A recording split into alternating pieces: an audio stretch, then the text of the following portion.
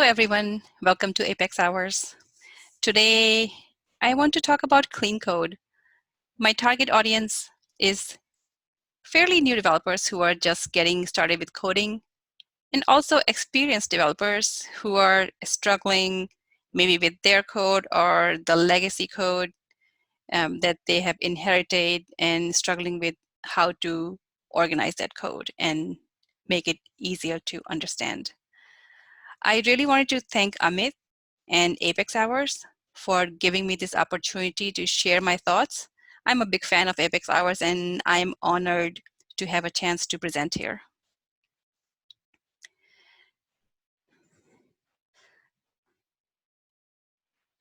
My name is Bhavna Singh.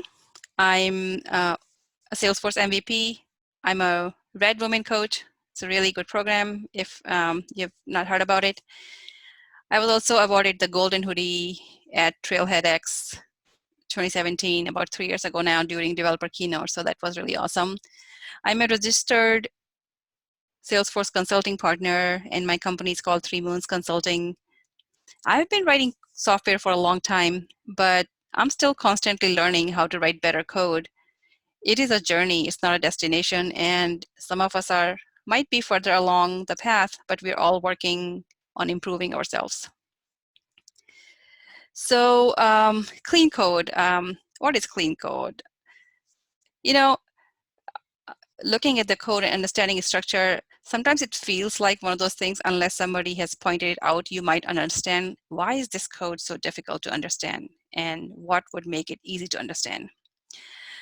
Many years ago, I went to a conference in Boston, and I happened to go to a session by Robert Martin. He's known as Uncle Bob.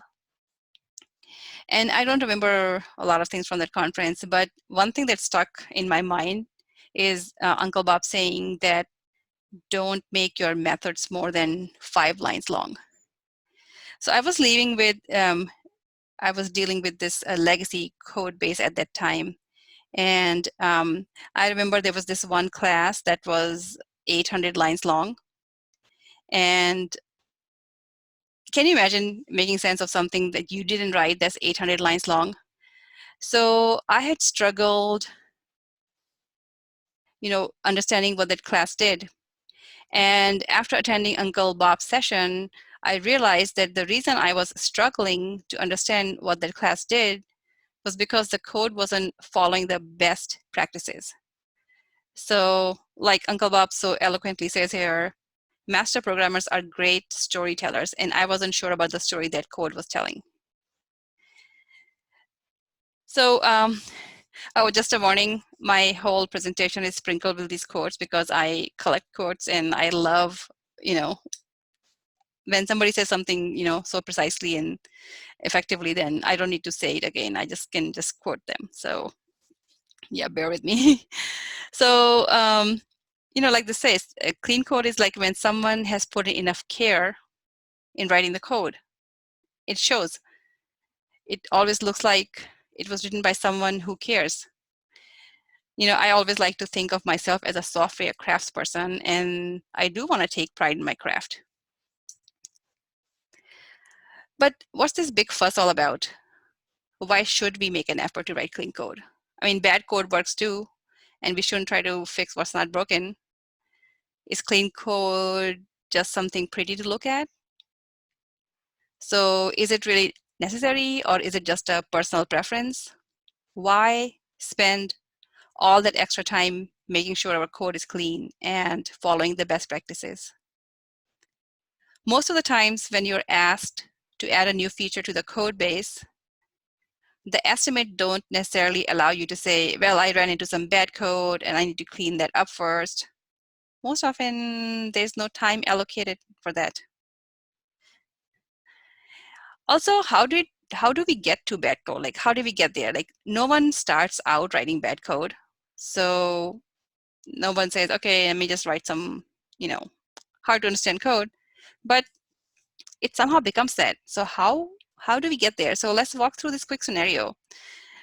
Say you write a trigger in your brand new org, and I've done that. Like, it's a good feeling when you get this brand new org, no code, and you write your first trigger, something simple, like say updating some fields on related objects. Might take you an hour or so to do the whole thing. That's great. Few weeks later, you are asked to make some more changes to it. Yeah, still not a big deal. You can just quickly make the change because it's like it's still like relatively new. Now, the business is getting excited. You can get things done so fast. So you start adding to the trigger. Now the trigger is getting longer and longer, and things take longer to do now. And the business doesn't understand why you can't keep on delivering additional requests at the same pace as you did in the beginning. Things are getting long, they're getting cluttered, and now you yourself are having trouble understanding and remembering what you did 6 months ago. So now each request takes longer and longer. And at this point, you're scared to add a line of code or alter a line of code since the impact of that change is not very clear. So the system has at this point become fragile and breaks easily. So has anyone experienced a code base like that? Because I might have in the past created code bases like that where I myself did it. And then when I go back to it and I say, who did this mess? It's a tough situation to be in, and it's more common than I would like it to be. On the flip side, let's imagine a perfect world. You have a clean code base. Things are small, things are modular, they're easy to understand. And when you go back in the code, you can see at a glance what is happening. And you're able to make changes with confidence that you won't break anything since your changes only impact a small portion of the code base. So your code is not fragile and it can handle changes and lets you make changes fast. So what does a clean org that follows some of the best practices look like? It's the code is easy to understand by developers who didn't write it. This is so key to understand and be aware of when writing code.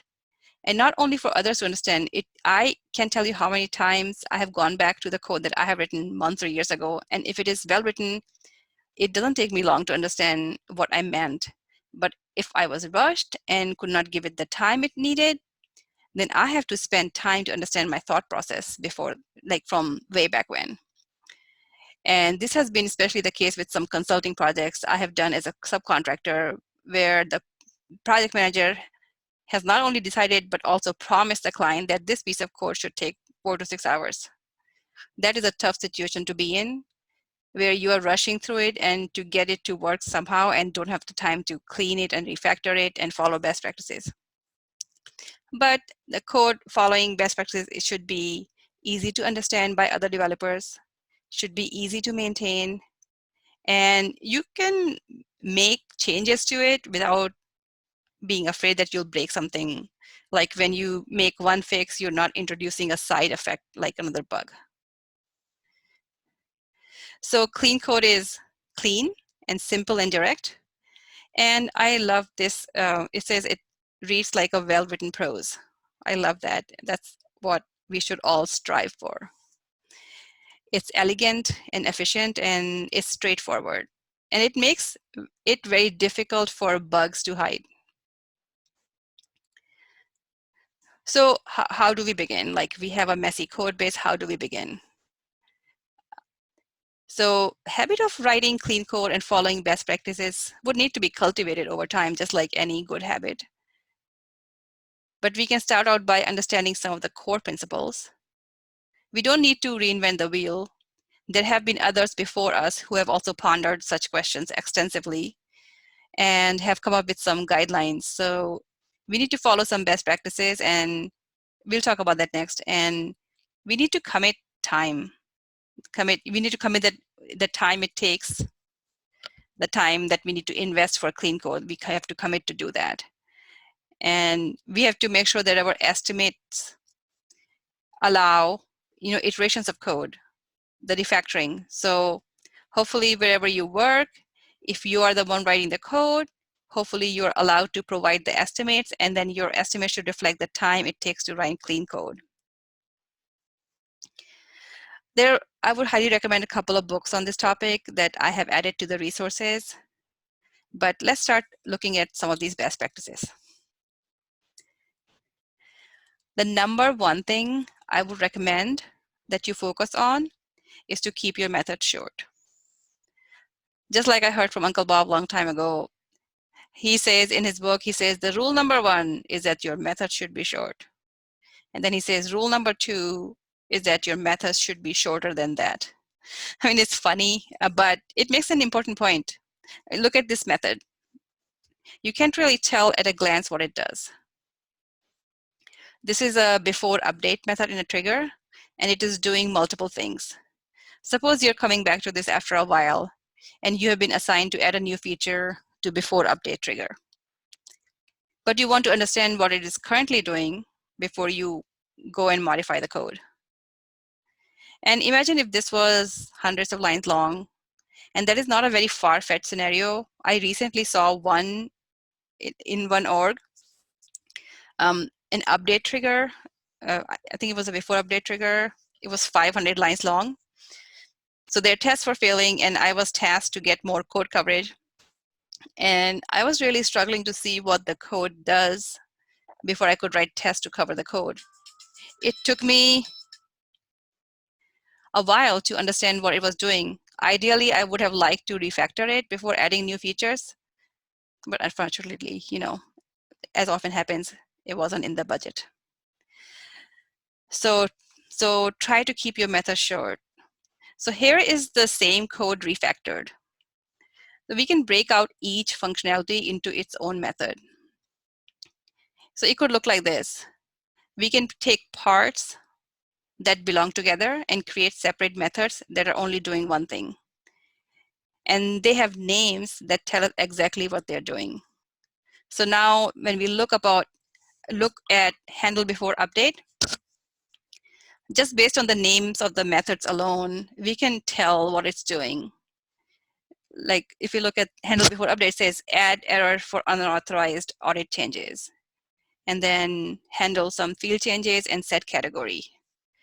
So now it calls other methods which are also each very small, and then those other methods might call even more methods, and we can drill down into each of those small methods and then see what each one is doing. Since it is not that long, since each one of them are not that long, it's easy to understand what each one of them are doing separately. So we can understand what each component does separately. And then when we don't have to worry about all of those details when we are just looking at what handle before update does. So that's our rule number one, to keep your methods short. So sometimes you might find a long method in your code that's doing multiple things, and it's also accessing a global variable or two. So what does that sound like? An entity that does things and has attributes. Well, it sounds like a class by itself. So it looks like there's a whole class hiding in this method. It has multiple functions, and it's accessing these attributes. So when you identify something like this, consider refactoring that into a class of its own. I mean, this is an oversimplified example because I wanted to keep it brief to make a point, and I didn't want us to get lost in a lot of code. But here we do have this long method, and it's using these two attributes called contact time and account type, and it is doing a few things. So let's see what it could look like if we refactor this into a class. So now it's broken into small methods. And these methods, since they are so small, they're easier to test. Testable code is a whole another topic of discussion for another time, but testable code is clean code. Is anyone familiar with Kent Beck's 4 rules of software? I have included a link, an article talking about it in the resources. So the 4 rules are a good software passes the test, reveals intention, has no duplication, and has fewest elements. So passing it's in that priority order. Passing the test is number 1. So a code that has tests that pass is clean code. And when you have refactored the code as shown here, it is much easier to write unit tests for each little thing. Another rule is that methods should do one thing and one thing and one thing well. So this is an example from we just already saw. The handle before update method keeps the rule of keeping the method short by refactoring that long method into 3 methods that all do one thing each. And in this case, even though it looks like the handle before update is doing 3 things, but they need to be kept together because this is the one thing that needs to be done before update. So it follows, our rule of doing one thing. And similarly, the second method, if you look at it, it's looping through these new sales, and then only doing one thing is calling adding error. Now, to figure out when to add error, it's calling another method. So that figures out the criteria to see if this thing has changed or not, and then it adds an error. Here is another similar method where we're like doing one thing and be calling another method. And also this third method, set category, is also doing one thing. It is setting category. And here we've abstracted out the logic, the business logic that actually sets the category into a separate class, sales business rule manager. I really like to do that sometimes, like if we can do that, if it's possible to keep all the business rules separate, because that it makes changes in the future easier because you have all of your business rules together and they're easier to find and things like that.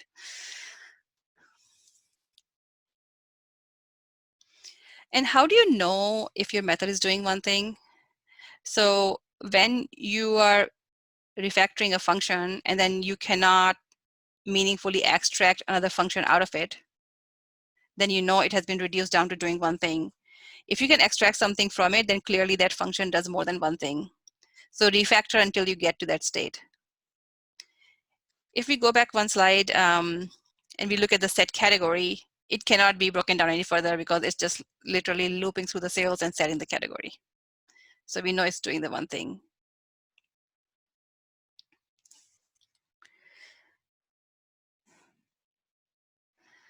Another best practice is that you should not repeat yourself.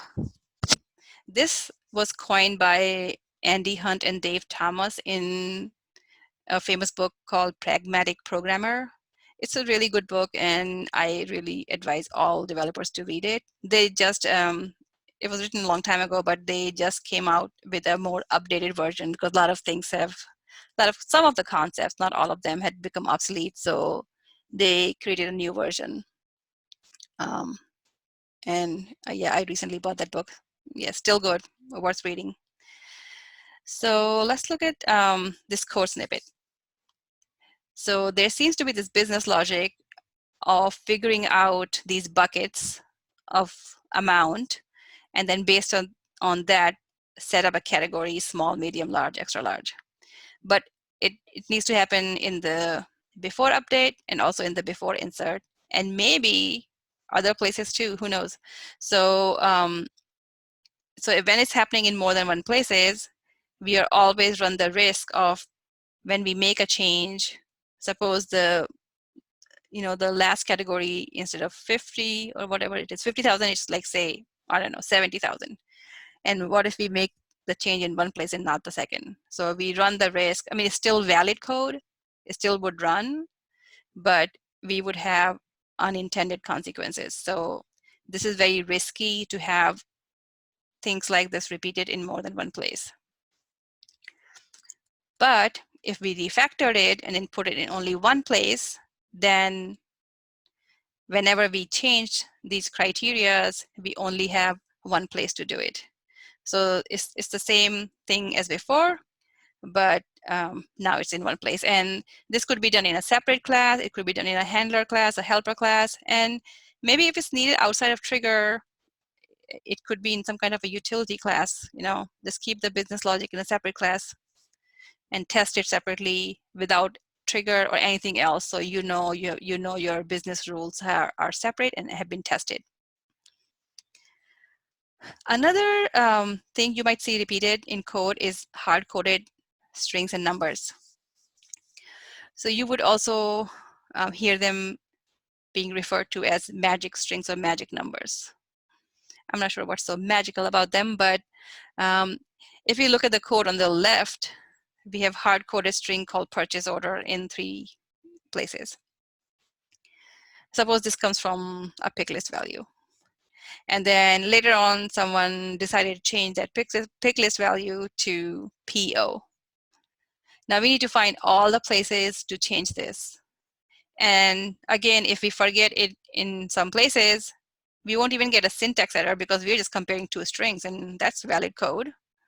So we won't get a syntax error, but the code just won't work. And that's a bug. And bugs like these are very difficult to find. So instead, on the right side, it's better to create a constant. So we only had that string in one place. And that way, whenever we need to change, we only have to change in one place. And that is so much safer. And, these are small things, but if ignored, they can cause big issues. Here is another example of repeated string. This is from a code I was working on not too long ago. I just pulled 3 instances of this repeated string, but there were a few more. So the date formatting requirement was as shown in the top of the page. And this is fine. It worked. They wanted to show the date without a leading 0. Then the client decided that they wanted it to take up the same amount of space. This was a controller for a Visualforce component that was being used in an email. And for things lining up correctly purposes, they wanted all the day part of the date to take up 2 spaces. So this meant like I had to find all the instances of this string that I had used. And then if I forgot one instance, again, the code would still be right, but it would be, displaying it inconsistently. So it would compile, it would run, it just would be wrong because they wanted it displayed a certain way, but now I'm displaying it a different way in one place and not in the other. So to fix this, again, I used a constant. So I changed the code to work like this. I create a constant and then used it everywhere. So now I know for sure that I'm not going to miss a place. And maybe this constant need to be a global definition. Maybe if we have multiple components using this, so maybe we could create like a separate class, like a business requirement class that contains all the formatting strings of how we want to format dates across the board, and we can then refer that everywhere we need it. So that would be much safer and cleaner.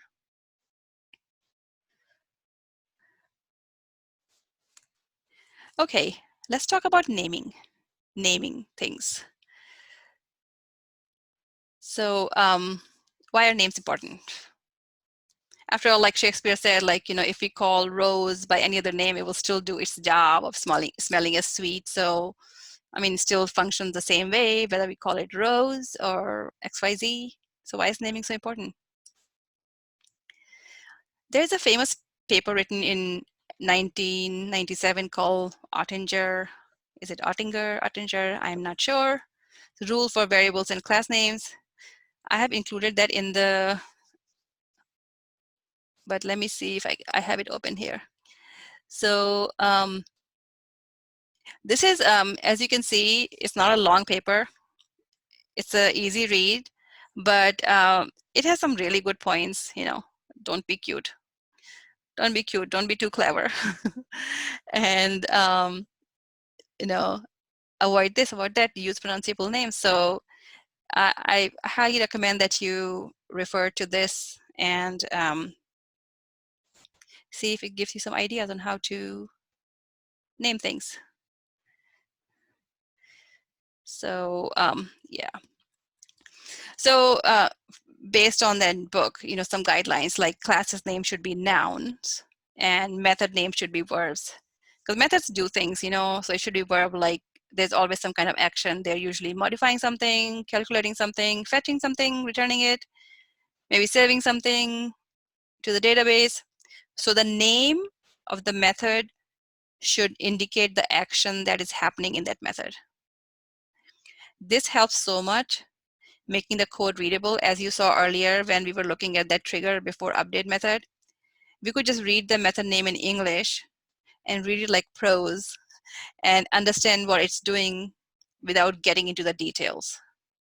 Because when you're just trying to get an overall picture, you don't want to get bogged down in the details. You just want to know what it does. So it's really helpful for that. Let's see how naming and refactoring can help us read this if statement a little better. Something that might make it flow better and make it read better. So the code segment on the top is a bit hard to read, as there are many things happening inside the if statement. And if we end up adding more qualifiers to it, it might become even longer. Now look at the example below. So we have refactored all of the criteria from the if statement into a method that returns a Boolean, because if always needs a Boolean. And then, so we can have all the details there, and we can dive down into the details if we need to, but we can read the code much better now. If the account is special, then assign it to the special team. So that's one way of refactoring, long criteria from an if statement into a separate method that that you can then use to make the code read better. Use intention revealing names. So in this example, we have a variable date, D, and then we have a comment to tell us what it is. If you need a comment to explain a variable or a method, you should rethink the name. So the second date variable is called opportunity close date, and we don't need a comment to explain it. So this makes the code self-documenting, because naming convention should be able to tell you mostly what is going on, like in this example.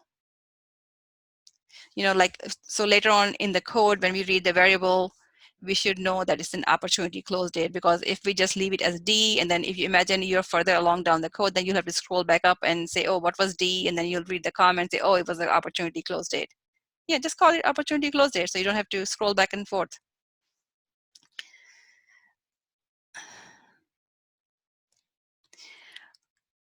Use names that can be pronounced. It's really important, especially like when we're doing code reviews. And so further along the code, you have these statements, and you're saying DTC over and over. Just call it days till close. Just call it what it is, so we know what it means. Don't abbreviate for brevity, because just use enough words there so that anyone reading the code can read it like English. Here's another example. I've been a lazy developer. I don't like to type long names, because once I create a long name, I have to use it over and over again. But so the top one is abbreviated, get con, because it's quicker to type but makes the code so much hard to read later on. Just call it what it is, get client contacts. And I know we all get lazy sometimes, but just take the few extra seconds it takes to use the wrong name, and do it for others and for your future self, because just do it, just type it out so there's no confusion. Another thing I like to do sometimes is to simplify for ease of reading, even if it adds a few more lines of code. So in this example, too much is happening inside the if statement. So it's difficult to read. To understand what's happening in the if statement, you'll have to use it very carefully, because there's lots of comparison happening, and then those ands, and sometimes, I've seen these long 3-4 line if statement with the ors and the ands. So sometimes what I do is I break it up how it makes sense, and like below. So I broke this one into 2 conditions, and now it reads much better. So the first 2 things, say box was unchecked, define if the box was unchecked, and then second one says if the sale is active and open. So once you have that out of the way, if you look at the if statement now, it says if box was unchecked and sale is active and open. Doesn't that just read like English? Like, it's so much easier to understand why we are getting inside this if statement if we could read it easily with a well-named variable.